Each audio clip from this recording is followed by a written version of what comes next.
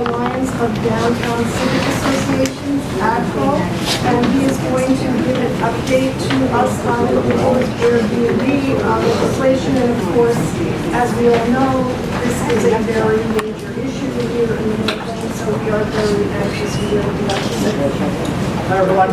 Hi. I live in Chinatown. I've lived in Chinatown for about 11 years now. So I got involved with the neighborhood because I saw a lot of stuff happening I didn't like. So Airbnb was one of those things that I saw affecting residents. And I started becoming vocal about it. I somehow got drafted to become the chair of the committee for Airbnb. So I have some handouts here. The list of the positions that we were trying to get out about Airbnb, so I'll pass these down. And this isn't just about Airbnb, it's about short-term rentals in general. So there's a big impact on neighborhoods in terms of rentals. There's the livability that everyone maintains. There's a safety component to it, and we're also worried about regulations and enforcement. So in Chinatown, we have a situation where about 95% of the residents are renters. A very high percentage. We also have a high poverty rate in Chinatown. I learned how to read and write a little bit of Mandarin so I can communicate with people in the Chinatown Residents Association. And I was surprised to learn that many of the residents who I was writing for can't read or write Chinese or English. It was very upsetting. So I feel like the residents in Chinatown are oftentimes being taken advantage of by the developers in the area. And it's really frustrating. So we have probably issues that are slightly different than what you might have in the North End. On Beacon Hill is we have a concentration of property owners, and so we're trying to work with other groups, voice our opinions and our concerns, and also listen to concerns that other people have. So I don't know if you want to look that over quickly and have questions for me. I'm going to tell you about some of what I've discovered. So there's a lot of research that I've done on this, and I can go on forever. Okay, I'm just going to interrupt. I think we would probably like to hear a little bit more from you as to what you have discovered. Okay, so is there any one effort that you want to hear more about? Yes. Tell us what we should know. Okay, so in terms of like impacting the rental market,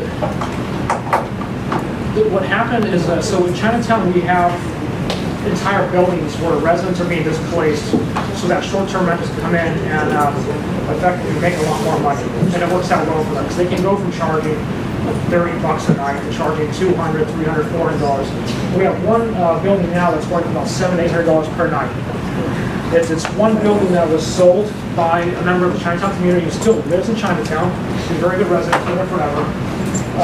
And when he sold it, it was sold to a Chinese family. It was a woman and a man who showed up. They claimed they had a child and they wanted to live inside the large building. And it went straight to VRBO. And I know how to find these things, so I found it. Yeah, it's a vacation rental by owner. It's similar to Airbnb. And so it ended up on not quite Airbnb, but a different site. And it's also short-term rental now. We had another woman in Chinatown who was she's a long-time resident from Chinatown. She's a community member. She sold her property. And I think it was probably the first property we had in Chinatown that went for over $1 million. And it went straight to Airbnb. It's owned by an LLC now. The LLC who owns it owns property in East Boston. They own a liquor store in East Boston. And anytime they get a chance to buy another property and put it on Airbnb, they're doing that. Now, I don't want to name them because I think they're pretty powerful. So we also have another building that was bought. And these are all 3 in a row, right? So it's not like they're spread out. These are 3 buildings in a row, and it's slowly going around the entire block. The other building was bought. I witnessed over a period of months there was construction going on. It was being renovated. It got done. It was very nice, and then went straight to Airbnb. On my block alone, there are 2 buildings that I can think of that are strictly used for Airbnb. The first one wasn't that surprising because the building's in awful condition. It leans over a little, the foundation's shaky. Nobody wanted to buy it. The building was listed for about $700 grand. It was bought for 1.5, somewhere about around there. And it also became a short-term rental pretty quickly thereafter. And there was another building around the corner that was bought by a family who lives, I believe, in Quincy. They renovated the building. It looks amazing now. They put it on Airbnb, and they also made it very difficult to find where it's located. And I'm pretty good at finding things. So I was able to identify the building, and I found, based on the architecture inside, because that's all they have is interior photos. I looked at where the air conditioners were located in the building. I was able to determine which building it was. And I found that the entire building has gone Airbnb. So this is happening a lot to us. And we're very concerned about it. We have, right now, about 105 to 110 listings on Airbnb alone in Chinatown. And through an effort that I was asked to look into, I was able to locate the physical addresses for 95% of those. And Airbnb does not let you have the physical address for the rental unless you are renting a unit. So when you go to the website and you say, I want to be in this neighborhood on this street, they drop a circle over a large area. And they tell you this is about where you're going to be staying. And you don't get the address until you make the booking and you confirm with the owner or the renter where it is. And so that's more about the rental market. There's an impact in terms of like safety. So we had somebody in the building I live in that was doing this, and the girl who was doing it came in with her parents. She went to our building owner, who's the Hidayah family. I'm sure some of you know them. They're a great family. They have some properties here in North Bend. But her family went to the Hidayahs. They said, listen, our daughter's going to school at Tufts. It's in our neighborhood. Makes sense. We want her to live in Chinatown because she speaks Mandarin. All right, she knows the higher language. She's gonna go to school. She moved in about a week later to run a bought an Airbnb, and I found it. And I said, are you allowing this now? Because in the lease it says I can't do this. And because the landlord had written it into our documents that you can't do it, we were able to get her evicted, and it was done like a week. She was gone. It was incredible, done incredibly fast. We're trying to get some legislation passed, but it's incredibly difficult. It's very, very difficult. We've looked at what other cities and towns have done, and there's some enforcement that people have come up with, they tried to get through, but there's just so much political action around it now. Airbnb is becoming very powerful. They're being funded by people who funded Google, Yelp, Facebook, all these large companies, Uber. So there's a lot of money being thrown at it. So you have now in places like Indiana and Tennessee, where local municipalities will try and regulate it, like Nashville tried to. And Tennessee governor had somebody propose an idea to abolish all local regulation, and that's what happened. So now we only have state level regulation in Tennessee. And that's what we want to avoid here in Massachusetts. We want to actually have some local control over what's going on. So what would legislation provide? Okay. Give us what the legislation. All right, so Aaron has sponsored a great bill. All right, so it's a 3-tier system, and what it does is it's trying to protect people who do this in such a way that they're trying to actually pay their bills. So Airbnb's big start, the catalyst for this was a bunch of guys who couldn't pay their rent in San Francisco. So they started renting out like their living room with air mattresses. So we want to try to protect that. So Aaron's bill does that. It says, okay, if you're a person who rents an apartment and you have a spare room, you live there, we want to allow that so you can pay your bills. And there's another level up that says you're going to rent for, I think it's more than 30 days, or less than 30 days, I can't remember the whole thing. But then you get charged a tax at a higher level than you would pay as somebody who lives in a unit. And then it goes up to like a commercial operator, which is what we have in Chinatown, where somebody buys an entire building, they put the whole thing up, it's like a small de facto hotel, and then they pay a higher tax and there's more regulations for them. So what else does the proposed legislation do in addition to tax the income that we receive? We're going to try to get registration passed. You still have to register to do this, but this has been difficult in some places. So like Chicago enacted a registration database. So you have to register with the city and with Airbnb to say that I'm doing this, and you get a registration number. And they also created a database of properties that don't want this happening, and they're supposed to honor that. And it's very difficult to enforce this all online. You can give one address and say this is where the property is, but you have to Let's talk about Aaron's legislation, or maybe you should Yeah. That's so helpful. Any certain specifics you're looking for? Just no. All right. So there's it sets up a 3-tier system, like you were speaking of. There's the mom and pop type renters. We rent it out, less than 30 days, owner occupied. And there's the commercial section, people who own multiple properties or rent over 30 days, they'll be taxed at a higher bracket. And then there's corporate housing. Doing research, we found out a lot of companies I've been buying houses on corporate housing where, you know, they're shipping people in for the project, or people staying in hotels for staying at Mass Channel, then you'd be there. So that's kind of the tax bracket. And we also put in some regulations. So you'll have to get the fire code, you know, you'll have to get inspected, you know, all that type of stuff. And then if you want to rent your apartment, you need to register with the Department of Revenue, and that will, you know, kind of create a database, so it's just a little more transparency, so you can know. So it's registration, Yep. licensure, primarily focused on safety standards, Yep. and then taxation. Are there other elements? That's pretty much it. Local option. How about So, police? yeah, so there is, so this is kind of a broader, just a broader overview of it for the state, and then municipalities have the option to, you know, police it whatever they want. Just kind of like a blanket legislation, and then we give each city, town, the option to, you know, really regulate it the way they want to. So, you know, what works in Boston doesn't necessarily work in here. So is it correct to say that you tax them and you regulate them, but they're not limited in any way, right, through this legislation? Is that correct? So there's no So limitation? there's no limitation. It's more of an overarching legislation, and then the municipalities can limit it. You know, I know Cambridge wants to do only archive only. I know Sal had that idea a few years back. Sal on the team. So it'll be up to each city to, you know. I know Linfield wants to abolish it altogether. They had an incident a few years ago. Okay, and so, but I guess my other question is, has there been any consideration of the fact that from what Arturo was saying, it sounds like these people are making money hand over fist. Won't they just pay the tax and keep doing it? It's possible, yeah. Right now, they're not getting taxed at all, so they'll be But the getting rate, taxed the at a higher tax rate rate. passed on. Right, yeah, so people that are doing it like that, it,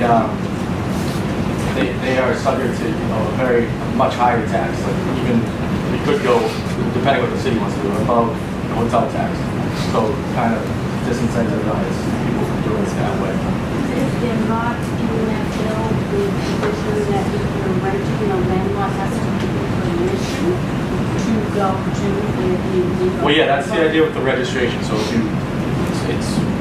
you want to do that, you need to register, and if you don't register at the state, there's severe penalties. Yeah, but you have to tell the landlord. The landlord has to give you permission. Right. I mean, a lot of leases are that way anyways, and they're still doing it. So I mean, that's an issue of you know, people kind of keeping an eye on their tenants. How much is this tax? What is the tax? What are you talking about? What percentage? Off the top of my head, I don't want to tell you the wrong answer because I don't know, but it starts at a base, and then the local municipalities can there's a local option with the municipalities can either go higher or lower, or not lower, they can go higher. It's not the owner that pays it, it's It's the company who will pay. Yeah, they'll just charge the guy who rents it. Right. Yeah, they'll Add it to your bill. Yeah. Are you saying that large companies are buying entire buildings and then turning them into a non-residential use? That's what's happening. Is there some statutory limitation on Not yet. the use? Yeah. Well, why couldn't there be? There could be. Yeah. Boston zoning codes are pretty difficult. We talked with Chris English, who's actually running the effort in Boston for Airbnb regulation. But to break out zoning in a building is complex because in Boston we have a lot of mixed use. So if you have like a store on the ground floor, then you have residential above it, you can argue that the Airbnb is a commercial use, and so you're actually using the building for what it was intended to be used for.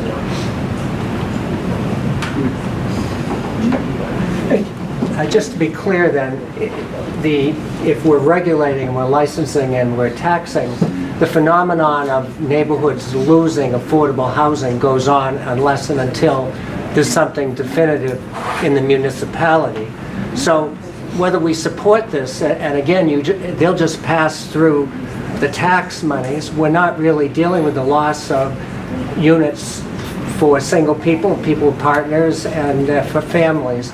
And my question is, where is the city at as we speak in terms of city council or the mayor's position on preservation of affordable housing, knowing that this phenomenon is occurring like a tidal wave? We met with various members of our city council and with the mayor's office. And so one quick thing I can tell you is that affordable, housing in Chinatown actually has it written into the contracts that you won't do this. And if people are caught doing it, they're asked to leave. So as far as like the city regulation goes, they're looking for more input from members of the community, and they're actually talking with Airbnb and different unions to try and find out what the best plan is to enact legislation for us. And we're trying to get together actually documentation from other cities on what they did, but we need help doing that. So if somebody wants to volunteer to help us do that research, that'd be beneficial. It's incredibly complex. Just one last comment. Yeah. I think New York City right now is in the throes of trying to pass just owner-occupied with limitations. What do you know of the New York situation that would be relevant? We're always saying we want to be a world-class city. I've heard in Denmark, in Copenhagen, and in Barcelona, they're doing things. What do you know about what other cities are doing, even from our region as well? So New York City tried to ban all rentals in less than 30 days, unless you lived in the unit. And there's one problem landlord they have right now who's just flouting that regulation. She's not following it at all. And so what happened is New York City has a group called Share Better. They're actually a nationwide effort. And what Share Better does is they actually set up a reservation on Airbnb. And then they have somebody else show up at the same time that the guest shows up. And what they're finding is when they go into the building, they go to meet the owner. The owner says, okay, you have the unit. But then someone else shows up and says, I have that unit as well. The owner will then say, well, let me take you upstairs to an additional unit we already have available. And they're finding out that more than one unit is being used for Airbnb type use this way. Yeah. It's an effort.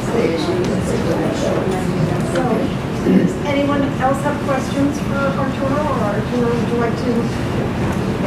It's a question. Okay, sorry. So Yes. what can we do to support legislation that would regulate Airbnb? You need to voice your opinion. But I mean, how? You can help the ADCO effort, but you can help us with writing letters, and if you read local articles, or if you read a nationwide article that you think might be interesting, you can definitely send it to us. And I think our email address is on the paper you have there. If it's not, I'll dig it up and send it around. But we really need more people to talk about this. We're working with other groups to try and get stuff done. You can also reach out to our office, shoot us an email. Aaron's office is great. We've already had 3 hearings. We had a hearing in Berkshires, one down the Cape, and one in Boston already. So the public hearing process is about done. But anytime you want to shoot an email or call, we want to take that What is testimony. the potential proposal for the bill? The proposal for the bill to bill, you can get it online. I'll send an email. So, going back to our earlier conversation, the concern with like 32 charter becoming an Yeah, I saw your Airbnb, pen. how can people this gentleman said our condo docs can't prevent it. Is that true? I think it does. Well, you can write the regulation, but there's ways around it. There's a lot of ways around it. For the person that wants to do an Airbnb? Yeah, for the person who wants to do it, you can get around it. Is a Oh, follow-up really? question? Okay, but an attorney would know how to, there's got to be a way not, that they're unable to get around, because like I said, it's a concern for us, and it'll be voiced to them. There's ways you can have. So I have a housekeeper who actually comes and helps me out once every couple of weeks, and the way her building owner got around it was they offered her free room to live in the apartment, and then they put the other rooms on Airbnb, so she was a full-time tenant. That was one way they got around it. So there's ways to do So this. that has to be, we have to But address that. that's different from a situation where you have a condo association that could theoretically pass specific rules for that location, stating that any sublet of a condo apartment has to be for an extended period of time. That would be enforceable, wouldn't it? It can be, but if you have one tenant who rents the unit, what's to stop them from putting all the other bedrooms, like in this case, 2 of them on Airbnb? Because we have a 1-year mandatory lease, right, and they have to get access to the. When you have somebody living there, right? So what is that do? They can still rent it. Yeah, Yeah, there's like a whole safety component too, like so, like my building installed electronic keys on the doors, and the first thing I did was call an art, these things are not secure. My landlord's not even here, she's like, please don't do anything. I think one point that we can take away from this is that we, as a neighborhood, also have to be really vigilant about changes in buildings that make it easier for people to do this kind of stuff. And there are certain things that I think our members understand, that when we see these proposals, we know the bottom line in terms of why they're proposed. And so I think we do have to be careful, because these people are in the business of getting away with this stuff, and you can hear, I mean, how can, we work, we have lives, how can you, it's amazing. I'm just floored to hear what goes on. Well, Aaron's office is trying to help us, city council's trying to help us. We have efforts online. The problem is, as an agency, itself, to get involved in these monopoly people could sue. That's the problem with getting involved. I'm not saying you're wrong. Yeah. I'm not calling that is needed. Groups like this have to be careful. Yeah. Okay? Defamation of character, or whatever you want to say. Even if they don't win, they make it difference. They can't. Any other questions or comments? Airbnb is like one thing. Is short-term rental the same? I mean, I keep hearing Airbnb and then short-term rental. People say no Airbnb, Yes. but it's okay for a short-term rental. They're the same, right? They're the same. Airbnb is the biggest short-term rental company we know of right So now. it's just basically, it's like Kleenex and tissue. It's kind of. Yeah, there you go. That's exactly what it Okay. is. All right. Do municipalities have to wait for the state legislation passes to be able to regulate, or can stuff happen in the cities on, irrespective of that? Yeah, you can do stuff like locally if you want to, but we don't know what's going to come out in state bill. And so from what I understand, our city wants to wait until Maryland bill passes. Probably would give it more. Yeah, we have more animal. Okay, thank you. Anything else, or? Arturo, thank you very much. Thank you.